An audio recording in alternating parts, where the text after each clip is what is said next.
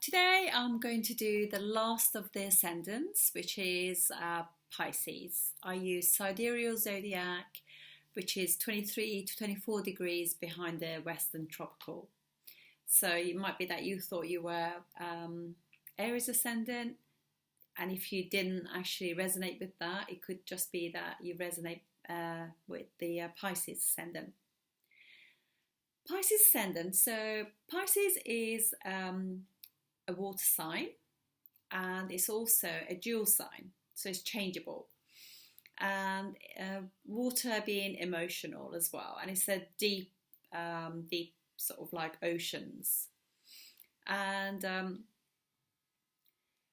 Jupiter rules this sign and rules the 10th house, which is Sagittarius. So it just means that uh, they actually can create their own job, or their job defines them, if you like, in a sense. And because Sagittarius is the sign of teachings and law, it's the natural ninth house of the zodiac, which is like far distance travel, spirituality, religion, higher education, etc.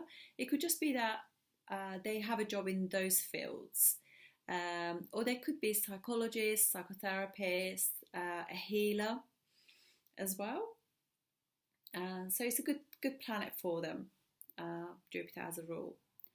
And their money planet is Mars. Mars rules second house of money, resources, and ninth house of luck and father. It could just be that they could father could bring them wealth, family could bring them wealth. And they could also be that they are born into a family that's quite active. It depends on Mars. Obviously, all of this depends on how the planets are placed, because also Aries being their second house of family, young childhood, what you learn through your family. It could also be that they're quite action oriented. They do active things together, like skiing holidays, and they have days out camping and things like that.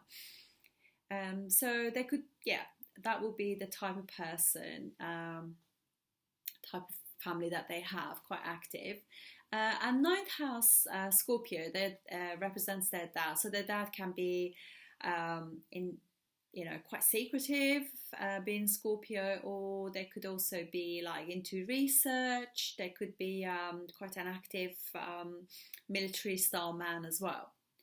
The third house and the eighth house is ruled by Venus. Venus and Jupiter are not great planets. They're enemies to each other. It just means that, because obviously third house is siblings, your thought process, bravery, and siblings, as I said, it just means that they could actually, at some point in their life, have issues with their siblings. And communication is difficult for them as well. They could get quite emotional about it. And obviously, with astrology, things always improve as we age. And they could also create a little bit of sort of like trouble for themselves through there, because also Venus rules eighth house as well. So they could actually get themselves into a little bit of trouble with their communication as well. And then we have I just want to say they probably cannot express themselves very well, actually. That could be like slight sort of lost in translation kind of issue going on. What they misunderstandings, because they can be a little bit vague. That's the issue with Pisces, really. So, and then we have fourth and seventh house are ruled by Mercury. So fourth house is Gemini, so they could be quite chatty towards their mother. Family home could be quite friendly towards their cousins, and mother can have a lot of can be quite a good communicator. And seventh house is your partner, so they could look for a partner who is similar to their mum, or they could actually gain, because fourth house is also property. So they could actually end up with property, through their mother. as well. And because their seventh house is Virgo, they could actually be in, look for a partner who's into health and healing, and somebody who's quite into technology. But they've got to be careful that that person is not too critical as well. And yeah, and partner can remind them of their mum actually as well. And they look in their relationships, they look for security. So that's it's a given, isn't it? Because fourth house is security. So yeah, and fifth house is ruled by moon, and is where Jupiter itself is actually exalted. So they could be great teachers. They can teach. They can learn a lot from their mother. They could have an emotional mum, and who can be a little bit up and down, because obviously moon is a bit like that. But it'd be a wonderful mum who just thinks outside the box, who's creative, can have massive intuition as well, and the mothers can be great teachers, and it could be a nice connection. And the mum can really dote on them as well, their kids. Sun rules their sixth house, Leo, which is house of work, daily chores, enemies, etc., and things like that.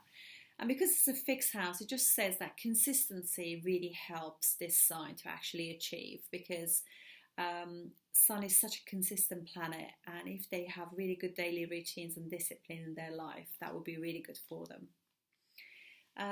So the only planet we are left now with is Saturn, which rules their 11th house and 12th house, Capricorn and Aquarius. And this is not a good planet for them as well. And generally speaking, Pisces Ascendants don't do very well with big groups of friends. They're much better having one or two close friends that they have known for a long time and they trust.